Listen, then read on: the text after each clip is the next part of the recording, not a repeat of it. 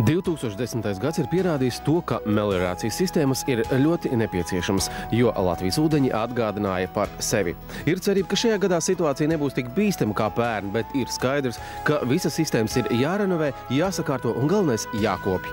Mūsu uzņēmumam ir uzdevums no valsts puses dots ir valsts nozīmes meliorācijas sistēmas uzturēt, kopt, un tas aptver visu valsti. Tas nozīmē ne tikai poldera platības dambi un cūkņu stacijas, bet visas valsts nozīmes notekas. Šajās notekās satek koplietošanas sistēmu ūdeņi un arī privātīpašnieku noteku ūdeņu sistēmu ūdeņi. Tā skaitā arī valsts mežu sistēmas. Mēs jūtam patreiz sāsinājumu par mūsu valsts nozīmes ūdens noteku sistēmu kā funkcionēšanu saistībā ar to, kad ir iespēja zemnieksaimniecībām īpašniekiem ir iespēja renovēt savas sistēmas. Arī koplietošanas sistēmas.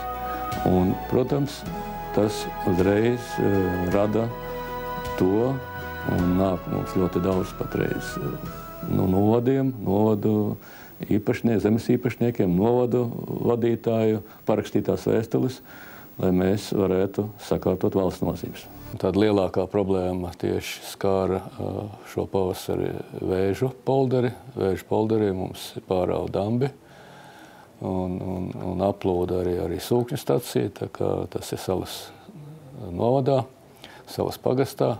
Būtībā ir divas lielas problēmas. Pirmā – uzturēt sistēmas, bet 2012. gadam finansējums nav rasts. Šim gadam ar lielām cīņām finansējums tika iezīmēts. Elektroenerģijas sadārdzināšanās arī var atstāt iespaidu uz izmaksām. Jācer, ka Latvijas daba šajā gadā apžēlosies un nebūs tik slapjš. Tādējādi varētu rasties ietaupījums. Otrs problēma loks ir pašu sistēmu renovācija, jo 20 gadus nekas netika darīts. Kaut ko uzsākt varēja pateicoties Eiropas Savienības finansējumam. Pagājušā gadā mēs esam iesākuši un apgūši jau 1,5 miljonu latu apjomā un uzsākuši esam objektus par vairāk nekā 5 miljonu latu apjomā. Bet kāda patreiz ir situācija Latvijā? Lai runātu par meliorācijas nozari, ir jābūt informācijai, kas notiek nozarē. Un šāda informācijas sistēma tiek veidot, tas ir meliorācijas kadastrs. Meliorācijas kadastra informācijas sistēma ir reģistrēta arī valsts informāciju sistēmā. Tātad, kā katrai nozarei, šeit mēs varam gūt informāciju, cik daudz ir meliorētas zemes, kam šīs meliorācijas sistēmas pieder un kāds ir to tiesiskais status, vai tā ir viena īpašnieka meliorācijas sistēma, koplietošanas meliorācijas sistēma, pašvaldības meliorācijas sistēma vai valsts meliorācijas sistēma. Uz šo brīdi meliorācijas kadastrs ir sakārtots apmēram par 20 līdz 30%. Pēc gada beigās mums vajadzētu sasniegt kaut kur pār par 600 000 hektārus, un tas būtu 33% no visām meliorācijas sistēmām valstī. Valstī patreiz ir apmēram 1,5 miljonu hektāri lauksaimniecībā izmantojamās zemes nosusināts un kaut kur 400 līdz 500 tūkstoši meliorētas meža zemes. Šeit vēl jāpieskaita arī Kūdras zemes un pilsētu zemes. Meliorācijas kadastrs kā valsts informācijas sistēma Latvijas iedzīvotājiem ir pieejama bez maksas internetu portālā Meliorācija LV. Un kāds var pārliecināties, ko mēs esam izdarījuši un kā šie darbi iet uz priekšu. Par meliorācijas sistēmām valstī ir apkopot informācija laika posmā no 1995. līdz 2010. gadam. Jāatzīmē, ka meliorācijas sistēmas kādreiz mums bija ļoti augstā līmenī, visas bijušās savienības mērogā. Pagājušajā gadā izdevies izkopt kādu 15. daļu no tā, kas ir nepieciešams. Ja tempi būs tik lēni, sistēmas degradēsies un finansējums, lai tās atjaunotu, būs vajadzīgs daudz lielāks. Meliorācijas sistēmu pāraudzībai ir nepieciešama virsvadība. Šajā gadījumā ir, tāpat kā bija tas Latvijas laikā, tāpat kā ir Igaunijā un citur, tomēr ir kaut kādai ministrijas pāraudzībai ir jābūt. Šobrīd likumā ir rakstīts normatīvajos aktos noteiktajā kārtībā, bet tāda īsta pāraudzība nav. Tas ir ļoti svarīgi. Iespējams, uz pirmo brīdi liekas, ka meliorācija nav nekas būtisks, bet daudzi nemaz nezin, ka meliorācijas sistēmās ir ieguldīts gandrīz tikpat daudz, cik Latvija ir parādā, un to aizlaist nebūtu prātīgi. Kaut Latvija nav tik liela, tomēr meliorācijas sistēmas aizņem diezgan plašas platības. Un katrā reģionā ir savs atbildīgais. Zemgales reģionā ietilpst bijušie rajoni – Rīga, Ogre, Aizkraukle, Dobele, Bauska, Jelgava. Mūsu apsaimniekošanā ir visu šo bijušo rajonu valsts nozīmes ūdens notekas un 12 polderu sūkņu stacijas.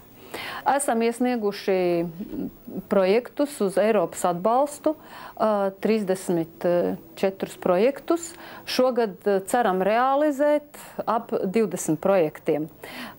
Ir daudz kas atkarīgs arī no laika apstākļiem, bet cerība mums ir tāda, ka mēs šos projektus realizēsim. Šis gads mums ir pasmaks ar to, ka bija ļoti sniegota ziema, un pavasaris atnāca diezgan pavēlu, un līdz ar to būvdarbus uzsākām vēlāk nekā bija plānots būvorganizācijām. Bet pašlaik liekas, ka būvorganizācijas tiks tīri veiksmīgi galā ar šiem paredzētajiem uzdevumiem. Lielākais objekts mums šobrīd ir Ruduļu polderu sūkņu stacija, kurā notiek būvdarbi jau 2. gadu.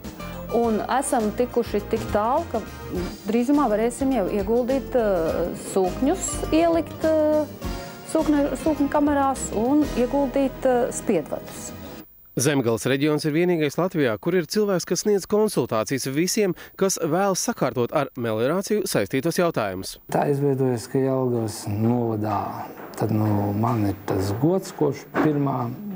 janvāra, un tas arī ir Eiropas fondu finansēts amats uz 2 gadiem. Cilvēks griežas savā tā teritorijas pārvaldē, kurā viņš dzīvo, un pie manis uzreiz nonāk šis uzdevums. Es vispirms pēc kadastrā numura identificēju vietu, dabūju meliorācijas informāciju, un tad es varu atbildēt ar visiem izkopējumiem un ar tekstu, ko un kā darīt. Jelgavas novada pašvaldībā var ierasties katru darba dienu no tiem 8:30, pieņemsim, līdz 4:30 vismaz, un runāt par šīm lietām. Tālāk dodamies uz Latgales reģionu.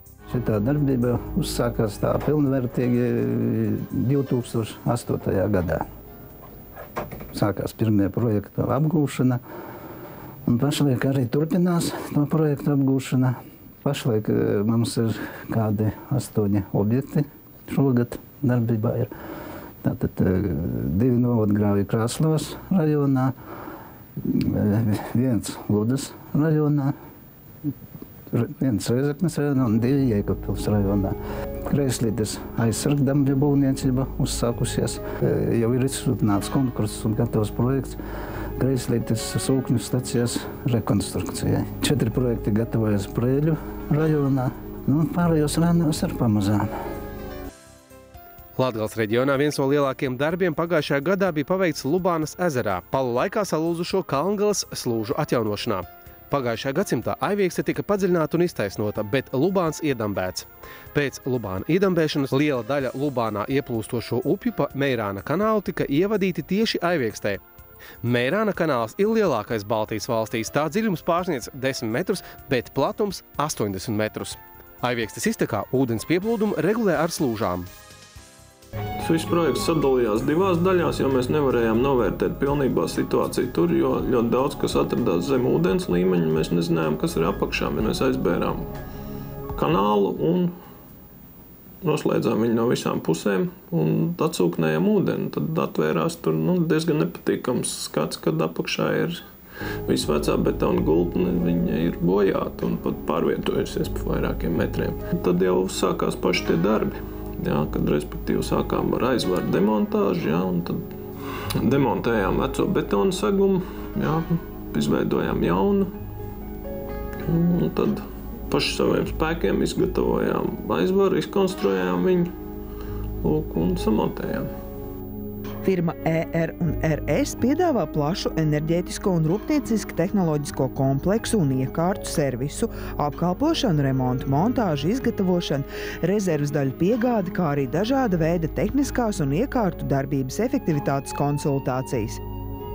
Mūsu prioritāte tas ir, ka darbinieki, cilvēki, vide. Kurzemes reģiona meliorācijas nodaļas apkalpes zonā ietilpst bijušie 6 rajoni Kurzemes, Talls, Tukums, Ventspils, Kuldīgs, Saldus, Liepāja.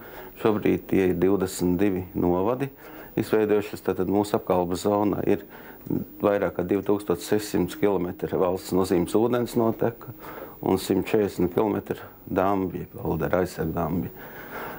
iesniegti ir to rekonstrukcijai un renovācijai par Eiropas Savienības struktūra fondu līdzekļiem 32 projekti. No tiem jau ir 2010. gadā 5 īstenoti, nodoti eksploatācijā, un šobrīd ir būvatļaujas saņemts par 16 būvobjektiem. Praktiski uzsāka darbu šobrīd, un visa sezona ir priekšā, lai būvobjekts pamatā visus nodotu eksploatācijā uz 30. novembri. Tie ir gala termiņi, kad ir praktiski visam jābūt gatavam. Cenšamies, lai būtu septembri, oktobri šie objekti nodot eksploatācijā. Sietāls meliorators ir dibināts 1994. gadā. Uzņēmuma darbinieki ar šo arodu ir saistīti jau kopš senākiem laikiem. Bet 90. gadu vidū bija daudz grūtāk kā tagad, jo visa sistēma bija izjukusi. Par izaugsmi var runāt no tā brīža, kad nodibinājās Latvijas valsts meži, kad tie sāka kārtot savu infrastruktūru. Es uzskatu, ka tieši melioratori bija tie, kas iemācīja arī pārējiem, kā pareizi būvēt meža ceļus. Tagad jau daudz māk to darīt. Jā, un tad bija parādījās naudas, tad mēs varējām sākt arī pirkt jaunu tehniku. Pašlaik strādājam tikai ar ārzemju tehniku. Par to meliorāciju, teiksim, laukos, diemžēl visus tos gadus tā bija, kā bija. Praktiski jau tas bija tikai atsevišķi zemnieki. Jāatzīst, ka 2009. gads arī bija kā pārbaudījuma laiks, jo bija pat brīdis, kad nebija darba vispār. Par krasu rāvienu meliorācijā Latvijā var noteikti uzskatīt to mirkli, kad nodibinājās Zemkopības ministrijas nekustamie īpašumi, jo vairāk tiek piesaistīts Eiropas naudas. Šitais gads ir raksturīgs ar to, kad jau tagad ir tikai sācies pavasars, praktiski visam gadam mēs esam līgumus noslēguši, var teikt, praktiski ir tā, ka nopietni objekti gandrīz vairs daudz klāt nav vajadzīgs. Totā brīdī mēs atrodamies Latvijas valsts mežu objektā, meliorācijas objektā, kas ir viens no retiem, kur liekam drenāžu vienlaidus. 5-6 hektāri tas nav daudz, bet šāda darbība pēdējos laikos maz kur ir tā skatām. Sietāls meliorators paralēli strādā vēl 2 objektos Liepājas rajonā un vēl viens ir Talsu rajonā. Lai vēl vairāk attīstotos meliorācija, būtu jārod iespēja stimulēt arī pašus zemniekus, jo visas vecās sistēmas Latvijā ir jāsakārto. Un, starp citu, tehnoloģijas šajā jomā ir gājušas krietni uz priekšu, un Latvijas apstākļos to noteikti būtu jāizmanto. Zinot, kādi ir Latvijas klimatiskie apstākļi, bez meliorācijas saimnieciskā darbība Latvijas laukos praktiski nevar notikt. Vidzemes reģiona meliorācijas nodaļas pārziņā ir 3100 km valsts nozīmes ūdens noteku, kā arī 3 sūkņu stacijas ar 51 km dambju. 9. un 10. gadā mēs tikām renovējuši un rekonstruējuši valsts nozīmes ūdens notekas 55 km garumā. Šogad, 2011. gadā, mēs sakārtosim šīs ūdens notekas 123 km garumā. Un uz 2012.13. gadu mēs gribam veikt darbus un sakārtot šīs valsts nozīmes ūdens notekas 135 km garumā. Darbi rit visā Vidzemē, bet tā īsti sākt strādāt var tikai no jūnija beigām. Līdz ar to darbs ir ļoti kompakts un jāpabeidz termiņos, bet tas noteikti nekādas problēmas nesagādās, jo Vidzemē strādā pieredzējuši melioratori. Uzņēmuma Valkas meliorators valdes priekšsēdētājs Juris Biezais var lepoties ar milzīgu pieredzi meliorācijā.